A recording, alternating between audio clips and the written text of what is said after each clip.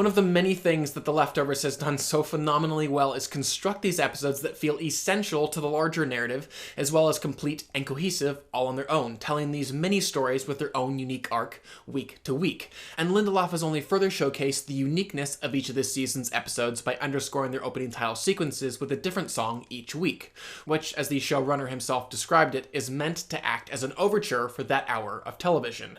And this week's song, Nothing's Going to Stop Me Now, really did set the stage for this Nora-centric episode, and also fell perfectly in line with the episode's title, Don't Be Ridiculous. If the song Nothing's Going to Stop Me Now was Nora's anthem, then the phrase Don't Be Ridiculous was its beat.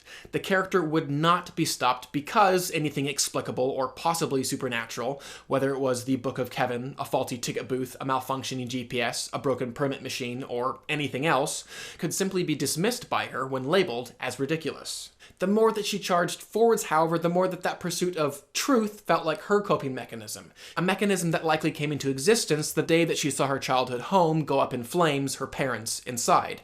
A reveal that finally explained an image from Matt Jameson's dream back in season 1. And that detail about Nora's parents really did help to clarify why this character continued to respond to the world the way that she did this episode. Her brothers promised that neither of her parents experienced any pain had, over the years, really turned to poison in her soul, and the agony that she was convinced that they'd experienced absolutely colored what she believed her husband and children had experienced at their departure.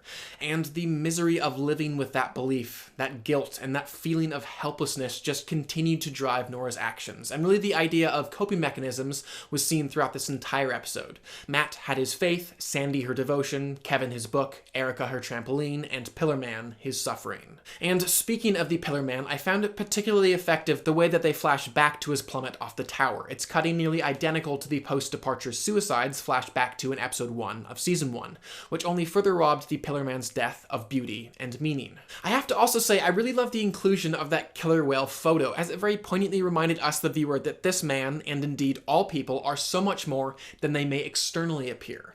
And in a similar way to the opening credits music and the episode's title, a number of the disparate characters' motivations and reveals were really beautifully interwoven this episode, all working together to communicate something about this world and these characters. So yes, discovering what became of both Lily and her biological mother Christine was interesting, but more than that, that seemed tied inexplicably to the episode thematically because of that little yellow shovel. It really was this mini paradigm of Nora's entire relationship with baby Lily, this catalyst that prompted her to re-engage with life, and the giver of much purpose and direction. Purpose and direction that were later snatched away when she realized that she wasn't needed.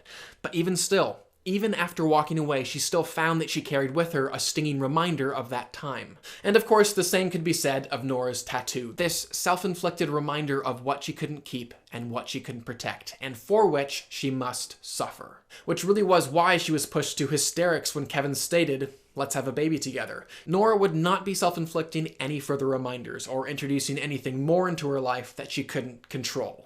And I loved how that scene initially rhymed with one from season 2, but concluded in a very different way, very much showing how much that relationship had evolved in the intervening years. So in episode 2 of season 2, Kevin and Nora both confessed to one another parts of their lives that they'd hidden from the rest of the world. Kevin's witnessing of Patty's death and Nora's hiring of prostitutes to shoot her. And through those shared secrets, they found a closeness that allowed them to adopt a baby. And in this episode, again, we saw a scene begin to unfold in a very similar way. Kevin getting caught suffocating himself and consequently confessing that he only did it to feel alive. Which I have to pause for a moment and say I absolutely do not believe. Kevin's behavior this entire episode really telegraphed to me that this man was moving towards a place of belief. Just watching him defend others and their beliefs, as well as hang tightly onto the Book of Kevin instead of burn it, just told me that he was, at the very least, beginning to find value and purpose and believing in something greater. But back to the scene between Nora and Kevin. After Kevin laid bare his secret, Nora reciprocated by revealing her tattoo. But this time, though the catharsis of confession was enough for Kevin to desire a child, the fresh reminder of where that path had led the last time kept Nora from following suit. Of course, just like Kevin in episode 7 of season 2, where that character needed to spend 90% of his episode refusing a poison cocktail, Nora didn't arrive at that place without first exhausting nearly every other option. To start with, she actually heard Mark Lynn-Baker out, which it's interesting to note the last time that that Nora entered a hotel room at a stranger's request back in season 1, she was presented with another way to fill the hole left by those that had departed. And while that solution was relatively easy to dismiss, this new way was much more intriguing.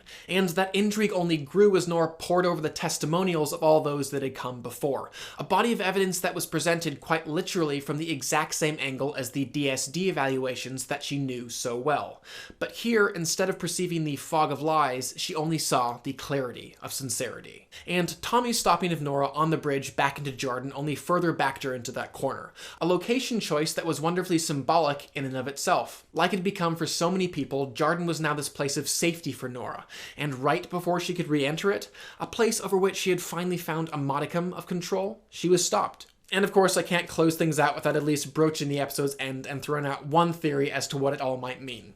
Well, plainly this group of ladies are looking for a police chief named Kevin, perhaps longing for a messiah of their own.